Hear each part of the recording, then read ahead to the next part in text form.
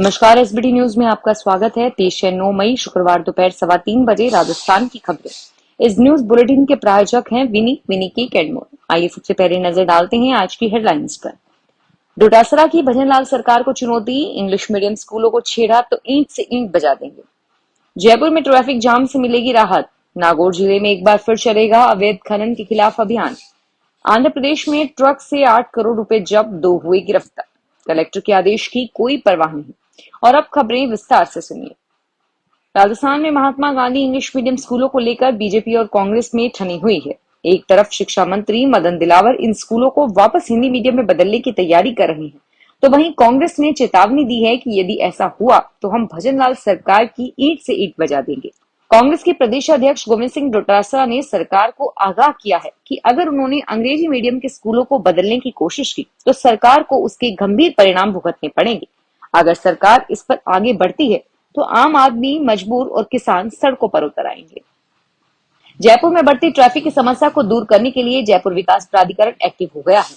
JDA के अधिकारियों ने शहर में बढ़ते ट्रैफिक को कंट्रोल करने के लिए 2 नए elevated road, 4 flyover, 3 railway overbridge बनाने के साथ ही सड़कों को चौड़ा करने और नए गार्डन विकसित करने का खाका तैयार कर लिया है।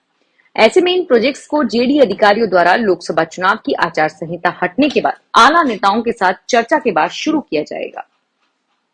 नागौर जिले में अवैध खनन की रोकथाम को लेकर बुधवार को जिला कलेक्टर अरुण कुमार पुरोहित ने खनन विभाग के अधिकारियों की बैठक लेकर आवश्यक दिशा निर्देश दिए।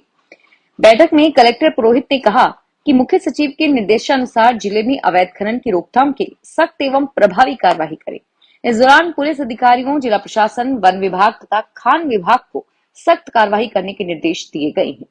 उन्होंने कहा कि निर्धारित लीज के अतिरिक्त किसी भी क्षेत्र अथवा स्थान पर खनन नहीं हो, इसकी सुनिश्चितता की जाए।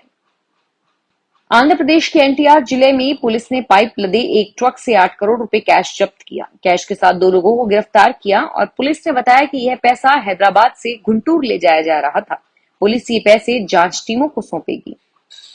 श्रीगंगानगर में निजी शिक्षण संस्थानों को जिला कलेक्टर के आदेशों की कोई परवाह नहीं है। आज निजी स्कूल पहले से निर्धारित समय पे ही लगे और छुट्टी भी उसी टाइम हुई।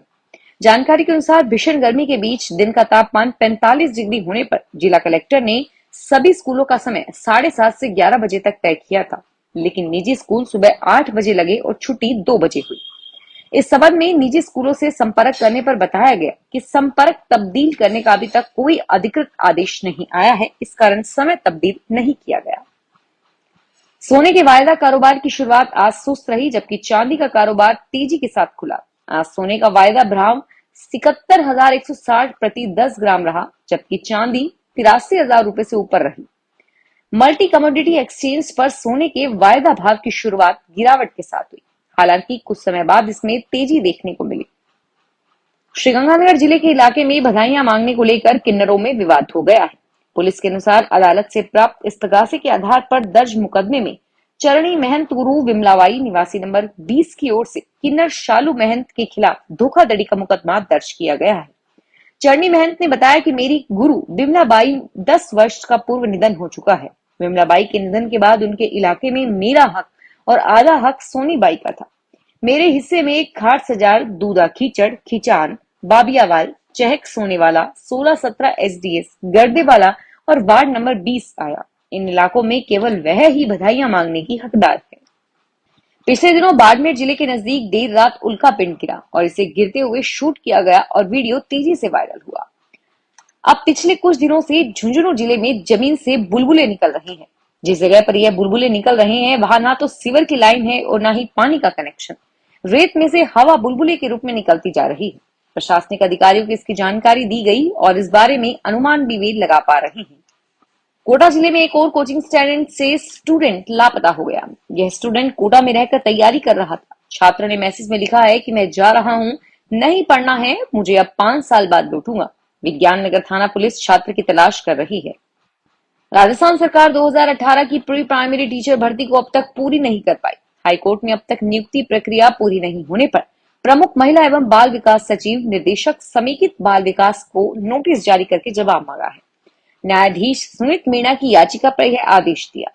प्रार्थी पक्ष की ओर से अधिवक्ता तनवीर अहमद ने कोर्ट को बताया कि प्री प्राइमरी टीचर भर्ती 21 अगस्त 2018 को निकाली गई। 15 दिसंबर 2021 को याचिकाकर्ता का चयन हो गया, लेकिन उसे इसकी जानकारी नहीं दी गई।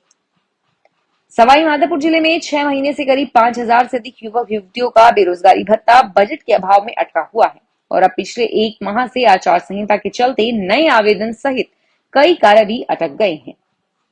टोंक में कलेक्टर सौम्या झा ने लू ताप की संभावना को देखते हुए कक्षा 1 से 8वीं के सरकारी और निजी स्कूलों के बच्चों के लिए 9 और 11 मई को अवकाश घोषित किया है। 10 मई का अवकाश पूर्व में परशुराम जयंती का है। ऐसे में बच्चों को 3 दिन की छुट्टी रहेगी, जबकि टीचर्स के लिए महज 10 मई की पूर्व में निर्धारित परशुराम जयंती का अवकाश रहेगा। पीएम कुसुम योजना में अब छोटे किसान भी सब्सिडी पर खेत में सोलर पंप लगाकर सिंचाई कर सकेंगे। 3 से 5 एचपी के सोलर पंप वालों की भी सब्सिडी मिलेगी। दरअसल प्रधानमंत्री किसान ऊर्जा योजना के अंतर्गत सिंचाई के लिए सोलर पंप लगाने में 10 एचपी वालों को अनुदान दिया जाता था। चित्तौड़गढ़ में कृषि अधिकारी जाट शंकर ने बताया कि कम भूमि के कारण 3 और 5 एचपी के सोलर लगाने वालों को भी सब्सिडी मिलेगी। 40% किसानों को खर्च करना होगा। आरपीएससी द्वारा 16 मई से 2 जून 2024 तक असिस्टेंट प्रोफेसर, लाइब्रेरियन, पीटीआई के विभिन्न विषयों की परीक्षा का आयोजन अजमेर एवं जयपुर मुख्यालय पर किया जाएगा। आयोग ने बताया कि परीक्षार्थियों के लिए संदिग्ध अभ्यर्थियों की सूची अतिरिक्त महानिदेशक एसओजी, संबंधित जिला कलेक्टर एवं पुलिस अधीक्षकों को भेजकर इनकी उपस्थिति परीक्षा दौरान खास नजर रखी जाएगी। जयपुर में जगतपुरा के कृष्ण बलराम मंदिर में इन दिनों आध्यात्मिकता की लहर दौड़ रही है। सभी भक्त और श्रद्धालु बहुत से उत्साहित है, क्योंकि मंदिर में 5 दिन के लिए विशाल महोत्सव का आयोजन होने वाला है, जिसकी तैयारियां पूरे जोरों शोरों से चल रही है। इस महोत्सव में कई विशेष आयोजन होंगे, जिनमें महाभिषेक, कीर्तन, पालकी, भजन संध्या का लोग आनंद लेंगे। फिलहाल इस बुलेटिन में इतना ही, और फिर हाजिर होंगे तमाम बड़ी खबरों के साथ। अगर आप भी अपने आसपास की छोटी बड़ी और महत्वपूर्ण खबरों से अपडेट रहना चाहते हैं तो सब्सक्राइब कीजिए हमारे चैनल एसपीटी न्यूज को और प्रेस कीजिए बेल आइकन पर।